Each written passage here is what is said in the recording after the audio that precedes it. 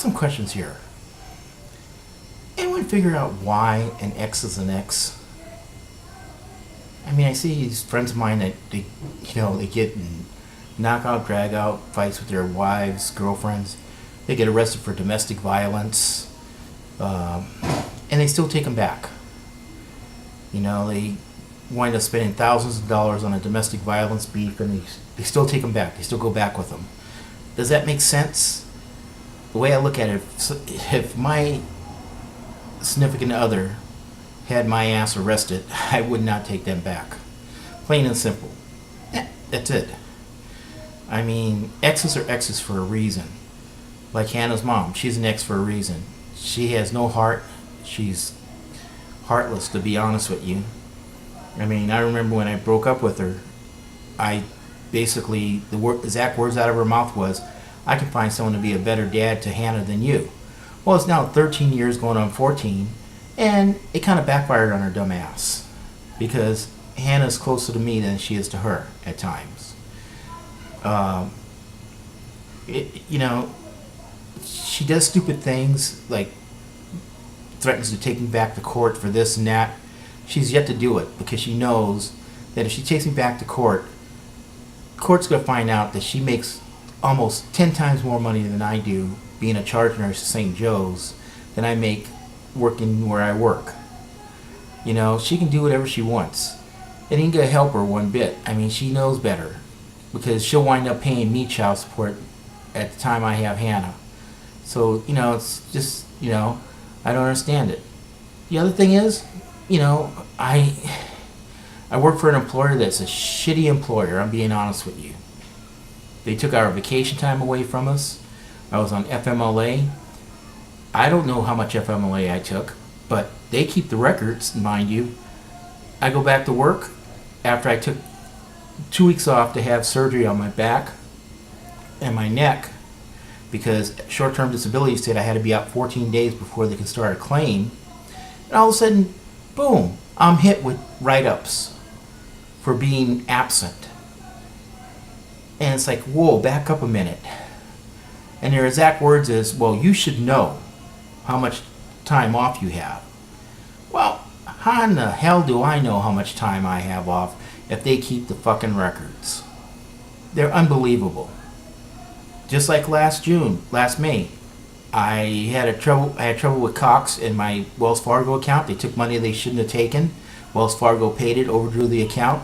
So I said, put the money in my Bank of America account. Well, I do the paperwork. It never went in. I'm out a couple weeks because of the medical issues from the accident in 2012. I get a paycheck on June 7th, 2014, and it goes to the Wells Fargo account after I gave them the paperwork to put it in the Bank of America account. Well, lo and behold, the dumb shits put it in the wrong one, only because the girl in HR was dumb enough not to send the paperwork in the way she should have. So I started going back and forth with payroll in New York. They tell me to go back to the site. The site says go back to New York. So it's a vicious cycle. It gets to the point where, oh, we'll give you your paycheck back to $377, but you have to pay us back $50 a pay period to get your money back. And I said, well, back it up a moment. Back it up one fucking moment. How in the fuck are you going to charge me for my money when you didn't send the paperwork in to change it, first off? I mean, that doesn't make sense. And the exact words that came out of him, well, you owed Wells Fargo money. That's not the point. It's not your responsibility to worry if I owe Wells Fargo any money. I was already working with Wells Fargo on the issue. The point is, they should have done what they did. I mean, now they come up with this dress code at work. Now, we don't see anyone for 9 hours a day when I work my shifts.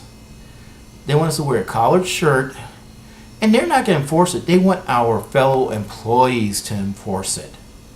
They want our fellow employees to rat someone out if they wear a t-shirt, if they wear jeans, if they wear shorts. Now, how fucking stupid can you get? I mean, it's unbelievable. I mean, it's just, I laugh every day I go to work. It's an adventure. You know, I laugh because some of the shit they come up with is just so ridiculous. All these years I've worked in call centers, and believe me, none of them has been this bad. I don't even know, I can't even imagine how I've lasted 4 years there. Believe me. I mean, I'm good at what I do. I care about my customers that I talk to. I have fun when I have my, work day. It's hilarious because I talk to some of the customers that are like 90s. I've talked to people that are up to 101, 102, 103 years old, and they're sharp as a whip. Believe me. And I will bend over backwards to help them get what they need done.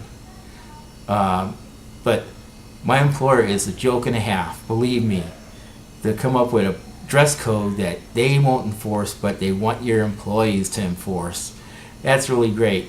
And what you get is, as a team, the team with the most turn-ins gets a pizza party. That's a joke and a half. It's unbelievable. I mean, it's just totally unbelievable. So this is my first video that I've done. There'll be more to come. I'm sure they'll get better, but this is hilarious. I just thought I'd throw it out there.